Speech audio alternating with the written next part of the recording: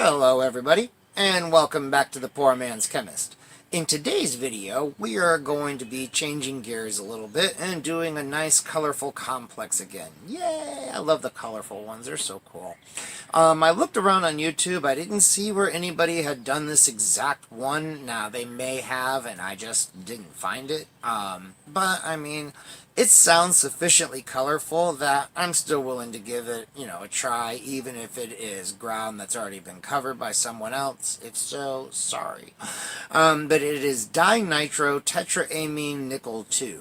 I came across it when I was reading old chemistry textbooks, as I do, and it just sounded really, really colorful, and I actually have all the stuff that I need to do it. So, why the hell not? Let's give it a try. I also wanted to give you guys a bit of an update as to where I stand now with the Kagan's reagent experiment that we hit that little wall with there, with the argon cartridges not fitting the little thingamabobber that I had to actually puncture them with. So here's the thing. Somebody made a very generous donation on Patreon the other day, which gives us some money to play with. Alright, now I could invest that money into getting argon that I can actually use, and we can proceed with that. Or I could save the vast majority of that money. I could go ahead and try to do the reaction with propane as our inert gas, and then use that money to buy other stuff that I need to do other cool experiments. I mean, everybody seems to be of a mind, to think that it will work with propane. I mean, it's a short chain saturated hydrocarbon. They're pretty goddamn inert. And as for the odorant that's in there, it's some organosulfur compound. I mean, I'm sure I can come up with something to pass that gas through that can scrub that shit out of there and give us just pure propane, if indeed it is an issue at all. I mean, using propane obviously makes this much more dangerous, but the more that I've thought about it, since it's outside, it's far away from everything, the apparatus has to be sealed up, essentially airtight anyway.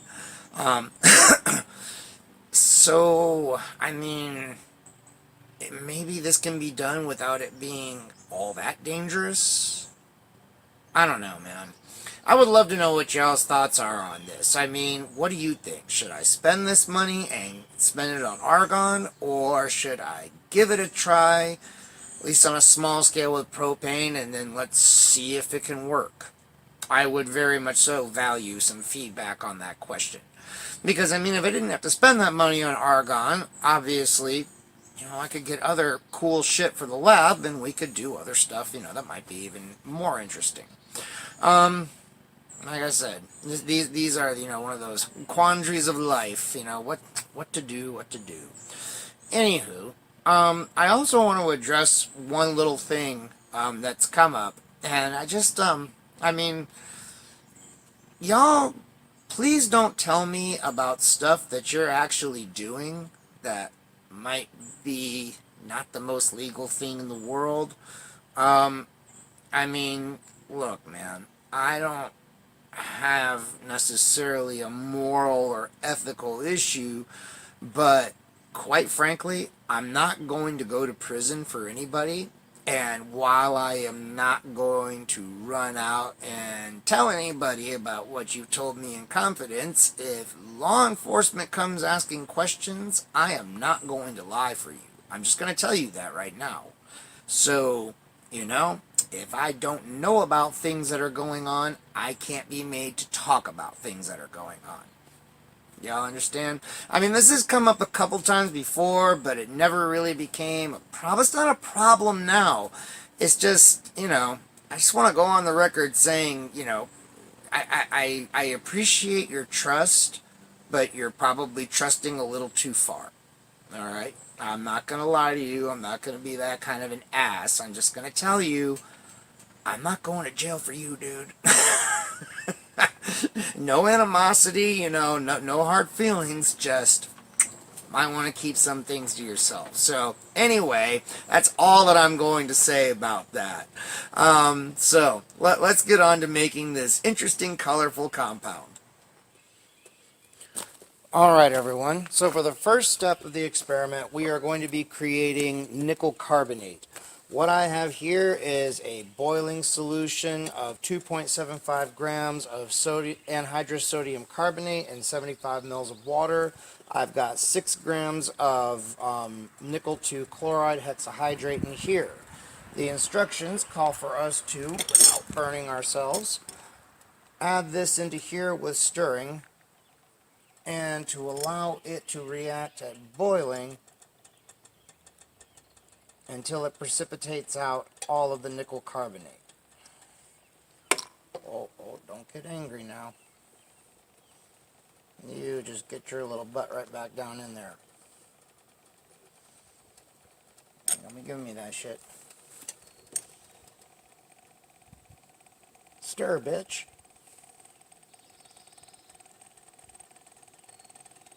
Alright. Yes, it helps if you curse at the chemicals. Profanity often works.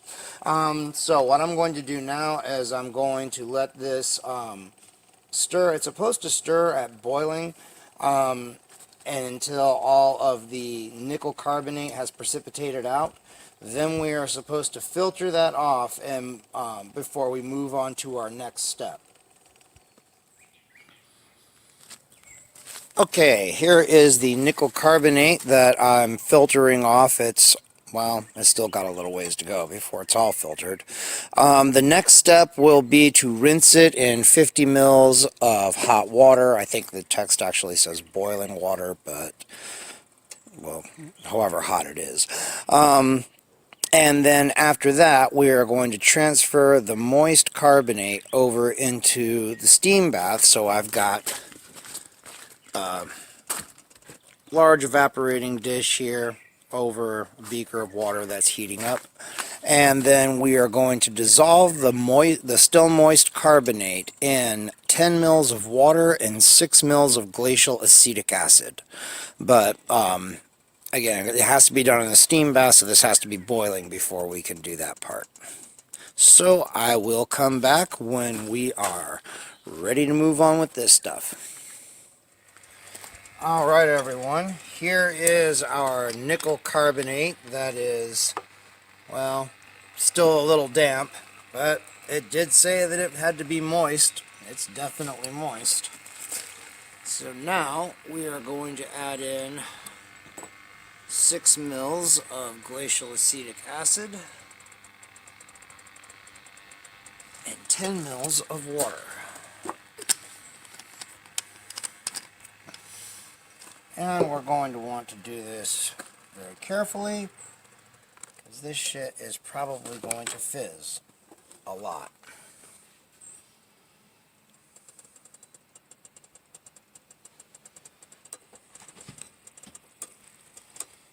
There it goes.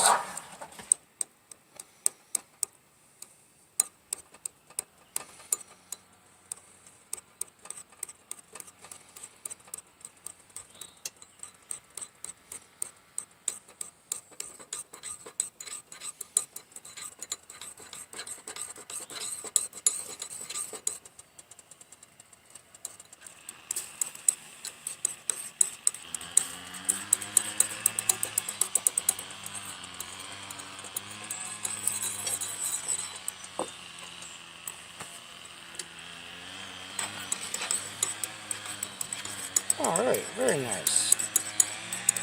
So what I did was I made another batch of nickel carbonate, a half batch, and added it to the solution that I got yesterday, the nickel acetate.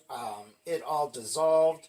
I added just a couple extra drops of glacial acetic acid to make sure the solution did not hydrolyze. As I carefully evaporated it down, it started off, it was at about 100 mils. I've got it down to about 50 now, maybe a little bit less. And it's cooling off, and I'm just going to let it stir. And I really hope it's going to work, man, because we're going to have to go with it. I think that it will. I think it'll be okay because, I mean, even though the amount of water they wanted this in is minimal, I mean, we know that the neutralization reaction would create some water. The textbook accounts for the nickel carbonate being moist still, which means that it will have water in it. So 50 mils is probably not too far off from what it's supposed to be. So hopefully we have recovered this. What I've got here is, so what we're going to do now is this is going to cool off. Once it's cooled off, I'm going to put it in at least a water bath and chill it a little bit. And then we're going to add about 30 mils, and the textbook says about 30 mils, of concentrated ammonia to it. So this is like 32. Since I used a little bit extra acetic acid, I may have to neutralize it. That's not a big deal. So, you know, we'll see what happens when we get there. Here is the other part of what we need in order to actually make our compound.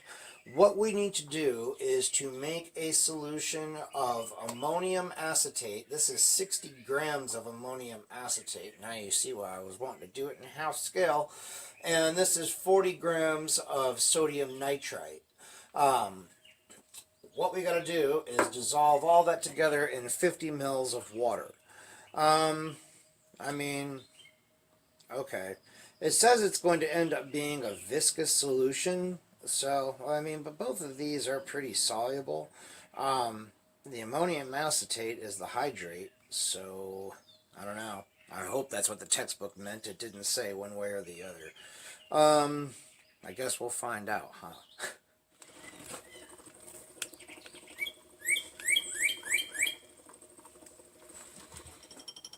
Alright everyone, so here is our solution of the sodium nitrite and ammonium acetate. It is at about 22 degrees Celsius right now, so temperature on that one is good. Here is, I really wish this would, okay, here we go. There we go. So, you can see, got our solution of nickel acetate stirring in a little bit of ice water. What I'm going to do now is add in the concentrated ammonia. Here we go.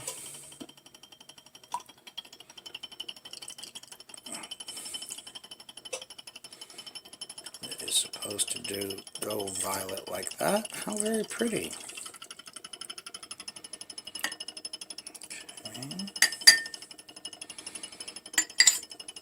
And now we are supposed to let it stir until everything is in solution. We've got some storms that are running through today, so I had to bring everything inside. I know that blue is up. There you go. That will allow you to see the color of it. And it looks like it's all in solution, so cool. Alright. Well then, we can move on to our next step. Alright everyone, here we go.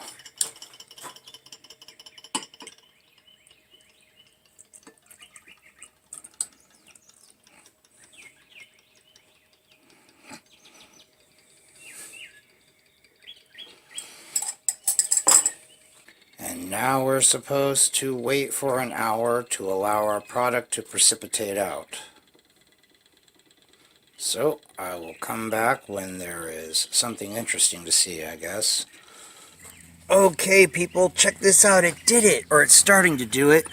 I had to put it in ice water to get it to do much of anything, but you can see right there along the edge, we're getting red crystals. Ah, that's so cool. It's working. It's been a little bit more than an hour.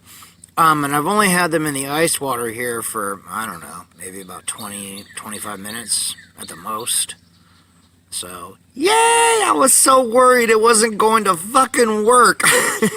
Now, the book talks about leaving these things overnight. So, I mean, I don't know. I'm going to let it get nice and cold, and we'll see what crystallizes out, and then I will decide what I'm going to do with it. But I wanted to come and get it right away. You know, as soon as I saw, I'm like, look, it did actually fucking work. And you can actually see them. Look at them.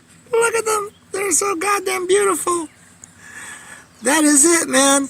That's our product. How fucking cool is that? Ah, that is so great. Alright, I will come back here after a little while when this had a chance to really crystallize out. Alright, everyone. Putting this stuff in ice was the way to go. Look at that shit! Look at that! You can see it all along the bottom there. Beautiful red crystals. Isn't that nice? Focused on my moment of triumph, right, you piece of shit?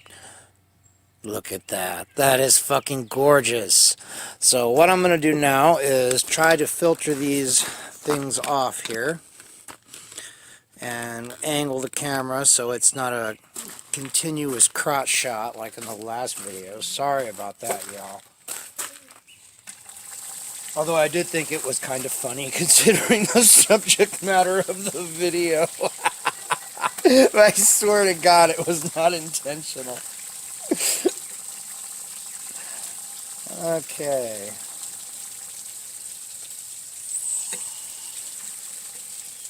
It looks like this is going to work.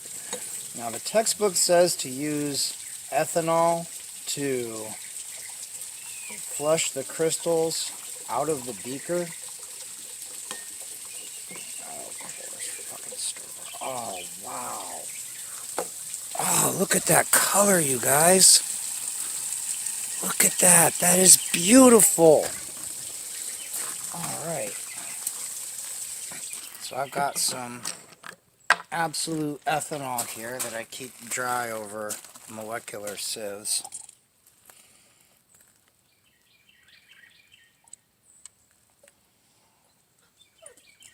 It tells us to wash the crystals out with ethanol and also to wash the crystals with ethanol. So it tells us to wash it with 50 mils of ethanol, so I don't think we're going to go overboard here. But it says specifically to use that because any residual ammonium acetate or sodium nitrite will dissolve in ethanol. And this will give us our pure product. So, yeah, it's hard to get it all out of the damn beaker. Let's get this out of here. Come here, you.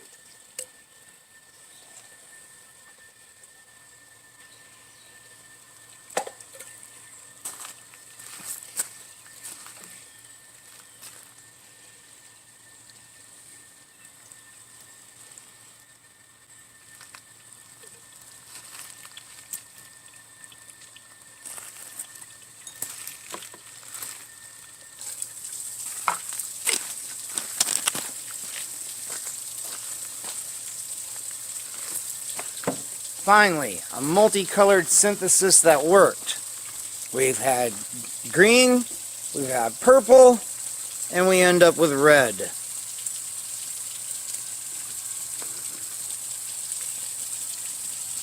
Would you look at that? That is so goddamn beautiful. Ah, I love it. I don't know about trying to dry it out. I mean, well, it says to rinse it in the ethanol to assist in drying it, so I'm thinking that that means don't put it in the desiccator. Probably just dry it like this is the best way. If you heat it up to 100 degrees C, it will start giving off ammonia. If it is exposed to ammonia gas in the cold, according to the textbook, it will convert into the hexamine complex of nickel. But anyway, very, very cool. Let's see if we can get it out of there and what it'll look like. Alright everyone, here is the final product. This is Dinitrotetramminenickel 2. Look at that, isn't that beautiful? I tell you what, that is absolutely fucking gorgeous. That is the most beautiful red color. And in a nickel complex, how neat is that, right? So fucking cool. What's interesting is that it looks almost redder on camera. In real life, it's more of a purplish kind of red. Not violet, not by any means. Just not quite so, I don't know, maroonish looking. For some reason, it looks much more vividly colored on camera. Oh, that is so goddamn beautiful. Would you look at that? That is awesome. So, anyway, if you enjoyed this synthesis, give it a thumbs up. If you didn't like it, well, I don't know what it takes to please you. Subscribe, share the video, comment, and until the next one, y'all, I will see you later. Look at that. That is so goddamn cool. That is beautiful. Oh, I love that shit. I don't care what anybody says. These complexes are something else, man.